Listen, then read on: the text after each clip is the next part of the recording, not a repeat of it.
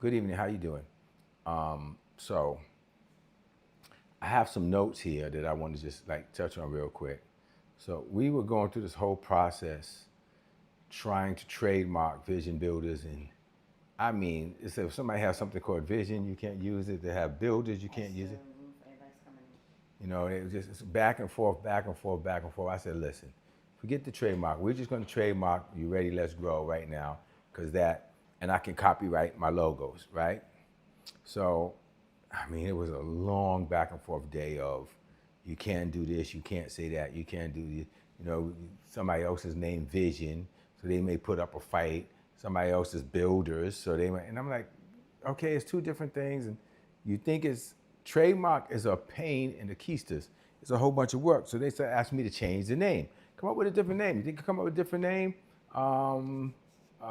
Well, I already got my VB logo and I want to keep it. Well, so we looking at all these different names, Vista Bright and all. And just, I said before God, I said, God, what's going on? He said, the name of your company is Vision Builders. That's the name of it. Don't be trying to change anything for anybody. That's the name of it.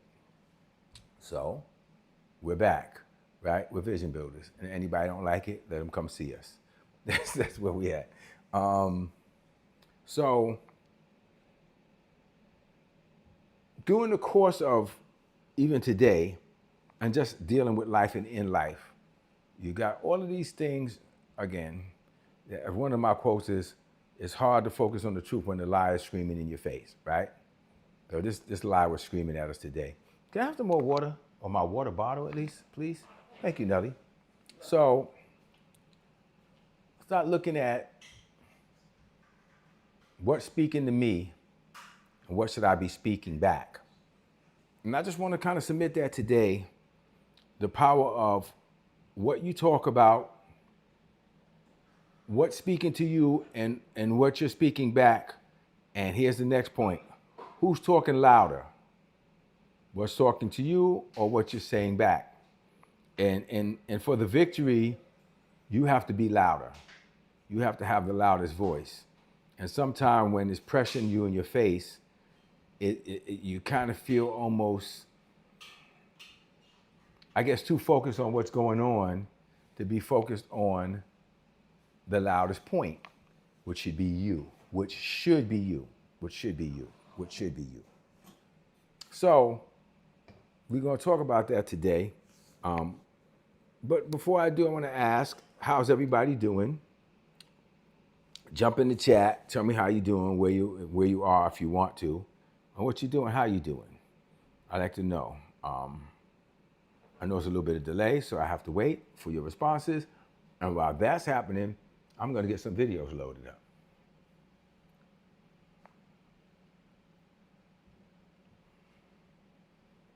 So, okay, this is blocking me a little bit.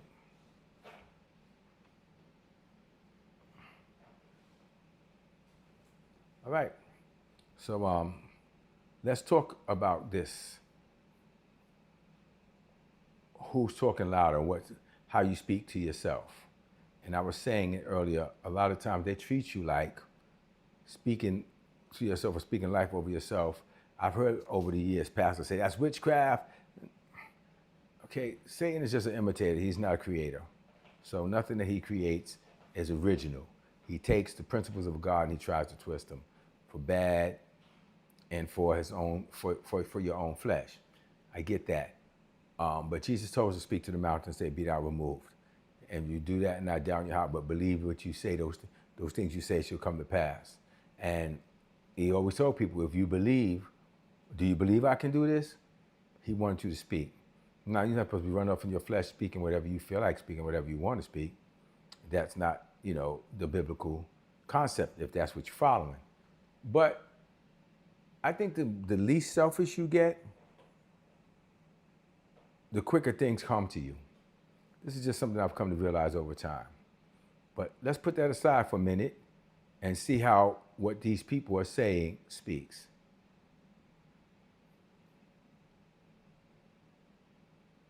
When you're pursuing your destiny, when you identify with your destiny, you have to be selfish, you have to be maniacal, you have to be uncompromising.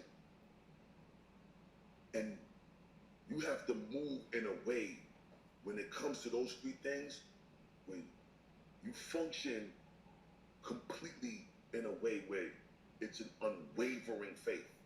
Like, it don't matter how up this might look. It don't matter how much it feel like it ain't gonna work. Delusion.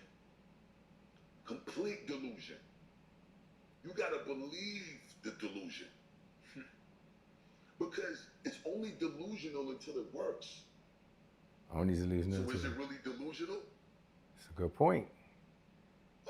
Only gonna call it delusion until it don't work for nobody else to see, but for the whole world to see. And then once the world see it, there's nothing delusional about it. Now, No, then you're a genius. Delusion becomes, oh, he was a genius. Mm-hmm. We didn't see it when he saw it. We didn't understand it when he did. We thought this was crazy. But he definitely always figured this thing was the thing to do, and he stuck by that. When you say selfish, that word has got a lot of different connotations and meanings. So let's do this a little bit.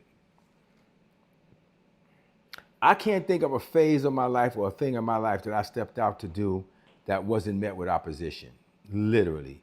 I mean, even things recently, me moving to Florida, everything. I can't think of a thing that I stepped out to do in my life that wasn't met with opposition or with somebody saying I lost my mind or I'm crazy or I'm selfish or I'm stupid or whatever the case may be.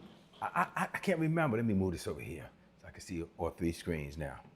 I can't remember a time, and I want to ask you in the comments, can you remember a time that you stepped out to do something that you felt strong about and it looked like almost nobody supported you and nobody had your back and everybody told you you was a little off your rocker besides yourself? Talk about it a little bit in the comments.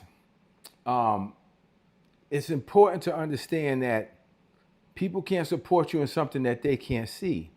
And demanding them to see something that they can't see, you know, it's almost like my fault to me. It's like I'm learning, well, nobody supported me, nobody stood by me here and there and this and that. And it's like the people who's supposed to stand by you, they'll be there. But usually it's not going to be those closest to you in the beginning. And then after you do it, like he said, then everybody comes and says, you're a genius, you was always a genius.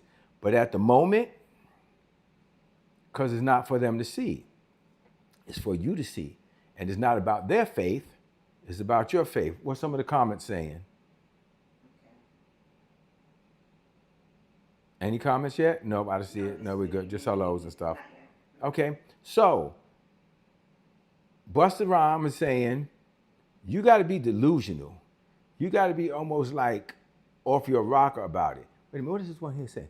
Oh yeah, look, it's right here in the same TikTok. Same video here and TikTok that we have over there. Let me see if I could get that one to play. Let me see.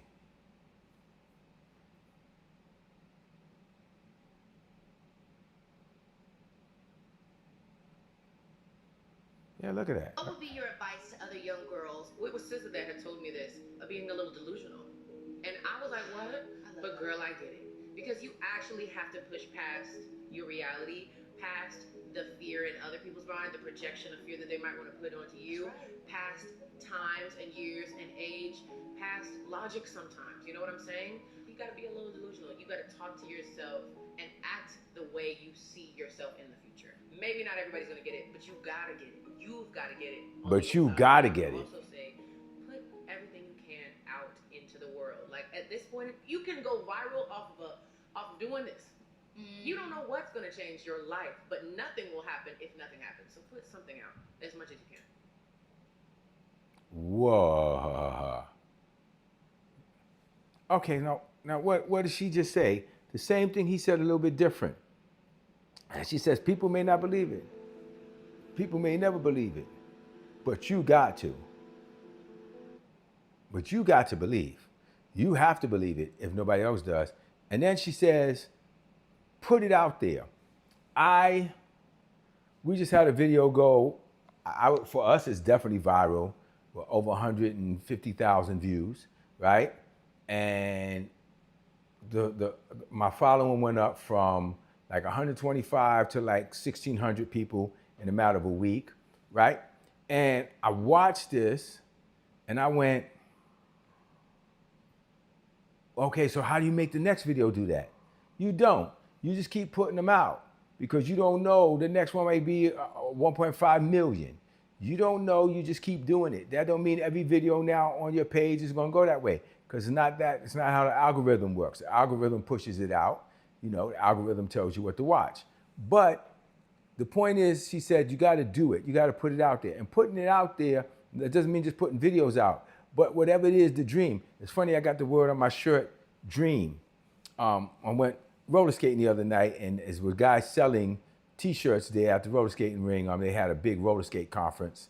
People came from all over, all the states. I want to say all over the world, but all over the United States. And the place was so packed. It was like rush hour, you know, and literally, or like being on the crowded train in New York, if you know what that was. I don't even know how people were skating because it was so tight. But I got out there, and then when they did roll call, they called the different styles out. There's Atlanta style, there's New York style, there's Los Angeles style. There's all these different states in their styles, and they were getting out there doing their individual things. Chicago style, which is the style I focus on a lot, if you would like to see. Chicago JB, it's called. And I saw this shirt on the table, and I was like, I like the colors, and I like that it says dream, because that's what I want to talk about this week. How big are your dreams? What do your dreams look like? Okay, but now the dream inside of you has to be put outside of you. And that's what she meant by put it out. You got to put it out there. You got to be delusional. And watch this. You can't look for people to agree with you or to confirm you for you to be successful at this. It doesn't work that way. If you're waiting for people to tell you it's going to be all right and you're going to be all right, people can't see it because it wasn't meant for them. It was meant for you. So I want to throw that out there. I want some comments. I want some thoughts. I want to hear what you guys have to say about what I'm talking about right now. And I'm going to read some of the comments that we already have. What we got? Okay. So I said, this is so powerful. And Ruth said, it's only delusional until it works. I love that line that Buster said. For example, the guy that created FedEx was told his idea would never work by his teacher. Correct. And we all know it does. Now, the FedEx story is deep before you go anything else, because who said that? Ruth? Yeah. Right. So the FedEx story was he was given a class assignment. They were given a class assignment to create a business idea that they believe doesn't exist. And he came up with FedEx idea, and the teacher failed him and said, we got the United States Postal Service. Why would we ever need this? You know, this would never work. And so he left school to prove the teacher was wrong and actually created FedEx. I'm sure the teacher, you know, if he's still alive, is still sitting in the classroom somewhere waiting for the bell to ring. My point is, people don't see what it is because it's not in them to see it. It's in you to see it. And if you don't see it, and like she said, you got to do it, and even people don't believe it, you got to believe it. It's got to be you. If nobody but you believes it, you got to do it. This whole thing to start, this whole Vision Builders movement, I mean, I knew I was called to do this. I knew I was called to step out of the church and go out deeper. But I didn't know what that meant. And you know, once I started getting up in the mid-60s, I was like, well, this is definitely not a time to be doing something like this. And it's like, if not then when? And I was like, okay, well then, I guess it's now. But here's what I had to come to the realization of. And I'm gonna speak to a lot of you listening to me right now. It's not the same. We say, all right, I'm gonna give it a try. All right, I'm gonna go try it and see if it works. That's not what they're talking about. The delusion they're talking about is you know it and believe it and you're set on it, and that's where you stand with it, and you're not waiting to see if it works. You're doing it to make it work. Hear what I said. You're not doing it to see if it works. You're doing it to make it work. You made up your mind that this dream of yours is real and it has to come to pass. And that's a big difference than, well, let's see what happens. I'll try it for a couple of months. If it don't work, I'm gonna go back to my job. Stay on your job. Don't waste your time. Stay on your job. Because this ain't for you. This ain't for the faint of heart. This is not for the weak-minded. This is not for those who want to see what what happens if they try it. This is for those who decide, as they said, delusional, a little crazy. Buster said kind of selfish. I understand what he means by selfish. He didn't mean you're supposed to be selfish and heartless. He means you got to say, regardless of how you're affected by this or how you see this, I'm going to do this and I have to do it. And this is phenomenal. What else we got?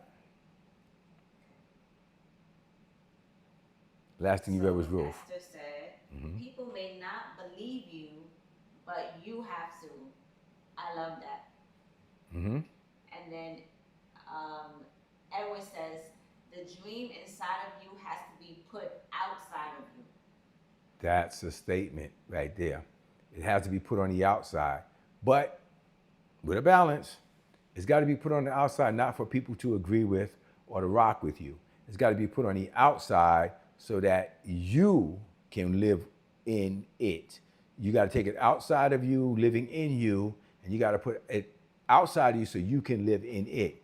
And you have to work with it as a living, breathing entity, to so many words, that this vision or this dream is now real. Well, let me clear something up, because I'm using vision and dream interchangeably, and I don't want to confuse anybody. Vision and dream are not the same.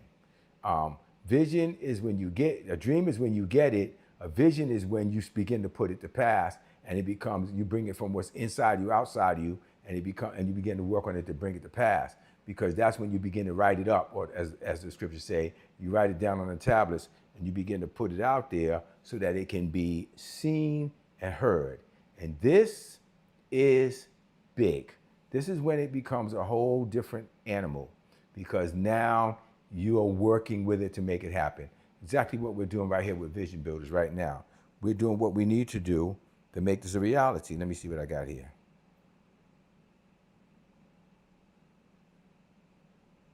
Oh no, that's not useful to what we're talking about. So, where are we? How are we doing? Well, we are the curators, the managers, the gatekeepers, the supporters, the caretakers of that dream. And then when it becomes a vision, the dream is like a pregnancy, the vision is like the baby being born, and now you got to raise it. And you got to teach and train it and nurture it till it grows up and it becomes strong, and then it has its own voice and it speaks for itself.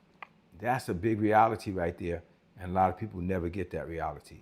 So what is the key to that? Well, the key to that is you got to sometimes talk to yourself. You got to say to yourself what the word says, what the promise says, what that truth says, regardless of what anything around you is saying. And that part takes guts. It takes effort, but it takes guts. Now, I can speak life over myself. Yeah, sometime. What do you mean by that? Well, let's see. Let's watch this clip and let's see what we see.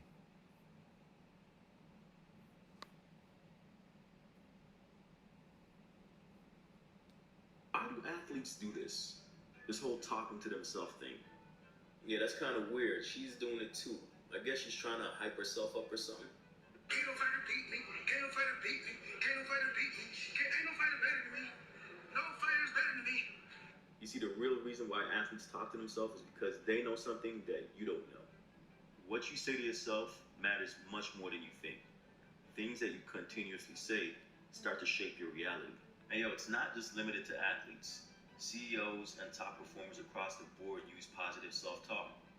Now, the crazy part is that we all use self-talk on a daily basis. It's just the majority of us use it in a destructive manner. For example, somebody asks you how you're doing, people say hanging in there, or not too bad. And when you give responses like that, whether you want to believe it or not, you're shaping your mind. You're shaping your outcomes. These people are not doing it for no reason. They understand the power.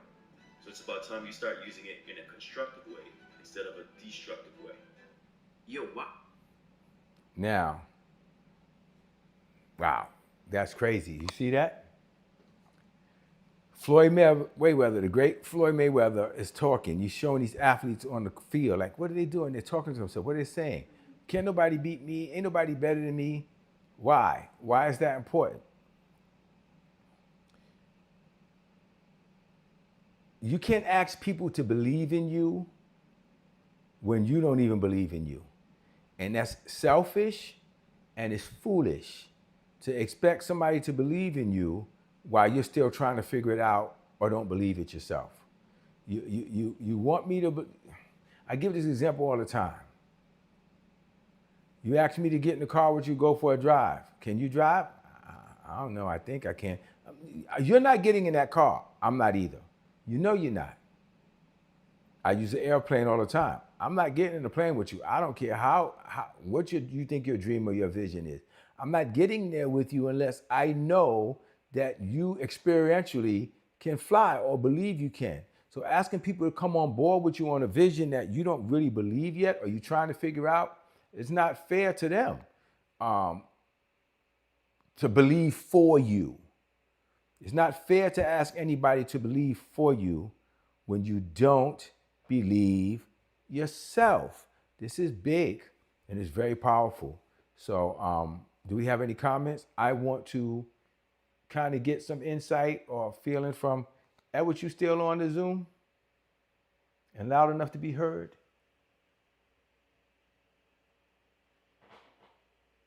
I don't know. Anyway, Nelly, if you want to share anything, you're welcome to, but I'd like to know what you think.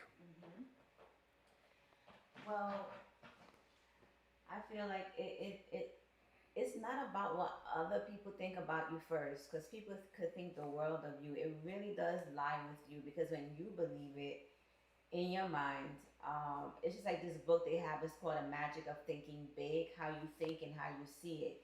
So if you believe it, then you start acting like it. Then you start preparing for it, and you start walking like it and getting ready for it. And then naturally you start becoming that person, and then you start attracting the thing because you are the person, and you're developing yourself into that person because you believe it. But if you don't believe it, other people can believe it all they want for you, and that's not going to help you become. You have to believe in yourself. So the self talk, I definitely can see how it's very, very important, because you are the first one. That's the most important in that equation. It's you. You have to believe it first.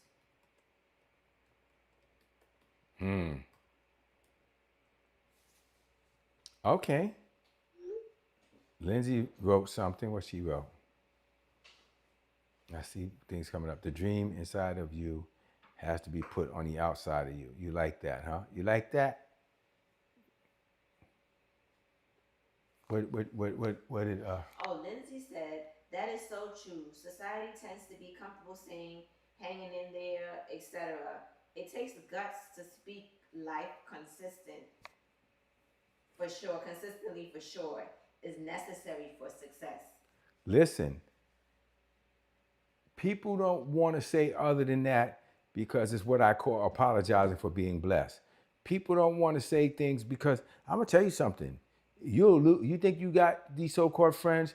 You lose your friends when you start saying, "Great, I'm doing great. I'm doing fine. Everything is good," and they not.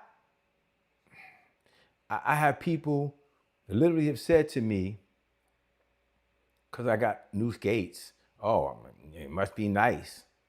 Well, yeah, and then stop speaking to me. Why? Because you can't afford to buy skates? Well, that look like you should be asking me how I do it. But no, you're supposed to share misery with me. And a lot of times you say hanging in there, even if you're doing well, because you don't want to feel like you outshining them, or like you boasting, or like you coming off bigger than them, or you don't want to make yourself feel ostracized from them. So if everybody's giving their sob story, then you feel like you got some kind of way, well, I'm not going to put myself down, but I'm not going to speak as positive as I should because I don't want to make people feel uncomfortable.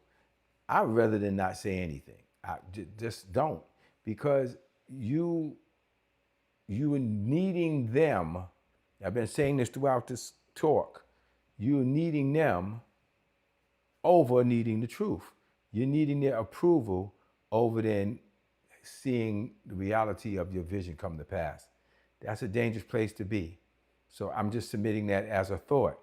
You cannot let people guide you into being mediocre, even in conversation. You know, it's a sad thing when you see, you know, princes walking like slaves and slaves riding horses like princes. Like, it's a sad thing because your job and your responsibility is not to those people, but to that vision, that dream, which has become a vision that has been given to you to manifest. That's your responsibility. And it took me a long time to understand that. That's my main calling on this planet, is to see and nurture. You know, God gave me children. God blessed me with children. And I was responsible to raise those kids. But God gave me vision. And just as responsible as I am, or more so than I am to those kids, I'm responsible to the vision God gave me. And I have been, when it comes to that vision for a long time, not a good father, you know, or not a good, you know, caretaker. And so I am now in the place where I'm going with whatever's left in my breath and whatever years I got left on this planet. I got to see what God put in me come to pass, and I have to nurture this vision and not let anyone or anything get in the way.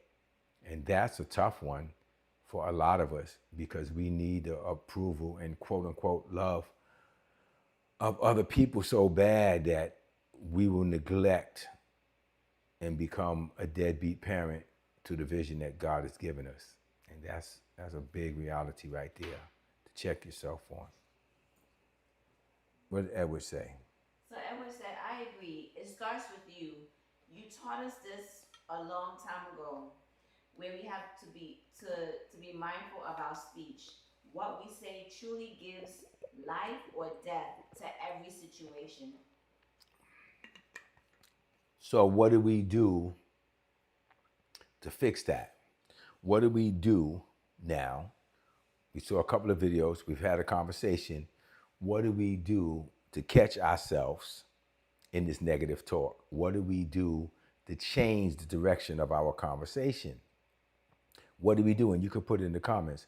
What do we do to make that better? How do we begin the process of fixing that and catching ourselves and be aware of ourselves when we find ourselves speaking death over our vision, or saying things like, well, you know, I'm trying to get by, you know what I'm saying? You know, it's just, you know, just another day. Like, what do you see? All those little things are negative self-talk, right? All that kind of stuff. You know, I catch myself saying, I can't complain, you know, instead of saying, I'm doing great. I'm blessed. And I love when people say blessed and highly favored. Even if you don't believe it, still say it, because hopefully you'll get to the place that you really believe what you say. But my point is, how do we fix it? My question is, how do we fix that? How do we stop ourselves or check ourselves in these areas and the negative things we're saying? What's some of the comments, if any, pop up? I want answers from you in the comments, if you can. How do we fix that? How do we stop that? Edward says, we have to acknowledge what is truly there in our thoughts. Okay, I want a little more information on that. That's true. You do need to acknowledge what's in your thoughts, but then how do you fix it? The question is how you fix it, right? I appreciate you acknowledging it, you know? You can acknowledge there's a robber standing in front of your building, but unless you do something about it, you may get robbed. Like, how do you fix it? Acknowledging is just a start. What's the process that we can begin to go through to change what's coming out of our mouths and out of our hearts? I put, you can get an accountability partner that you can check in with. I like that. Having somebody to hold you accountable, yeah. Reading books, also you put, right, helps. Yes, Reading books helps, right? Getting an accountability partner is big. Having somebody to call you on it and you not be offended when they call you on it. That's big too. That's big too. Iron sharpens iron, so men sharpen men. People, this generation is so soft. anybody corrects you, you're not a real friend. They tell you you overweight, you're not helping, you body shaming. Any correction has some kind of stupid negative connotation to it, when correction is, the Bible says fools despise correction. So you're supposed to want to be corrected and shaped. So tell me some of the things. Ruth said what? Writing it down. What's that? Ruth said writing down the positive first may help, and then read it. I like that. That's a good way to get yourself used to speaking positive. You're absolutely right. Write it down. Get yourself to write good stuff about yourself. I've sat down with people in counseling and I've said to them, give me a list of bad things about yourself that you feel that you need to work on. And they would, like, literally they could almost write a book. I said, now tell me something good about yourself. Give me a list of good. And it's like they almost struggle to write down the good thing. And it's like, wow, so you were really easy. And I've seen husbands and wives do it to each other. Tell me what's wrong. Okay, now tell me what's great about this person. And it's like almost like they can't even remember. Then I used to say, well, then why'd you marry him? Well, because when I married him, they was this and they was that. Okay, so then write those things down. Because if that's what they were, then they got to still be that somewhere. But it's hard to get people to focus on the positive. It's hard to focus on the truth when the lie is screaming in your face. That's one of my quotes. And it's very powerful to understand that. But let's have some more tips. What else can we do? Edward said, once you acknowledge what's there, allow yourself to replace the language in a positive way. Okay. I wish you giving me a bunch of talking points. Like, give some more detail to this. And you're a counselor too. So give some more detail. Give me something a little bit more than phrases, right? Some practical application. You're like right at the door. I can feel like there's something you're saying, but you're not really saying it. So bring it home. Bring it home for us. Lindsay said something. What'd she say? Lindsay said, like you say, Mr. Brown, identifying the things that need to be done and unlearning those things by replacing with life-speaking systems. Okay, there's something. So identifying and then finding something positive to take the place of the negative.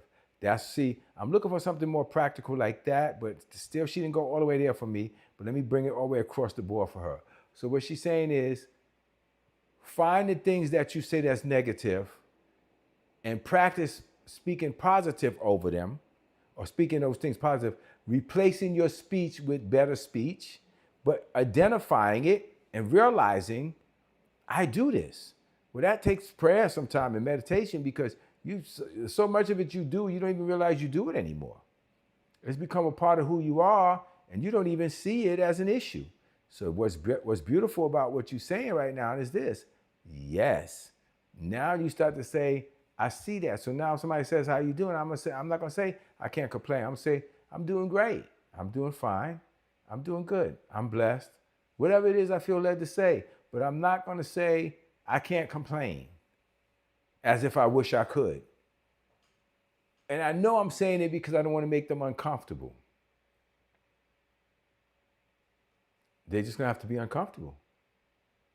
It's okay for me to be blessed. Somebody put that in the chat if you want. It's okay for me to be blessed. It's okay for me to acknowledge that I am. And it's okay for you too. What else we got? Anything else? Nope, not yet. So, those are practical steps. Like, change your speech. Substitute it with something else. Substitute it with something else. Substitute it with the words you should say. Catch the words you say. Somebody else said, write it down. Who said write it down? Write it down. And Ruth said, write it down. Yeah, I suggest you do that. Begin to write down the replacement statements and begin practice saying them to yourself. I don't care if you got to say them in the mirror, but practice saying them until they become a part of who you are without question. That's very big and very important. What else we got? Edward said, it's okay for me to be blessed. Right. And I ask people to say that. Put it in the chat if you want. It is okay for me to be blessed. I don't have to feel bad about it. And if you're not, I don't have to worry about that either. And it's not my responsibility to carry you. So this Amanda says what? Amanda also says the same thing. It's okay to be blessed. Okay, good. So, hi Amanda, she's on? Yeah, but she's not in the chat, but she's on. Hi Amanda, good to have you on. So listen, we are in a beautiful place right now in our lives. I'm not talking about me, I'm talking about all of us here. We are at a place that destiny is at our door and we can change our direction. Whether it was you started last week, last month, last year, or tonight.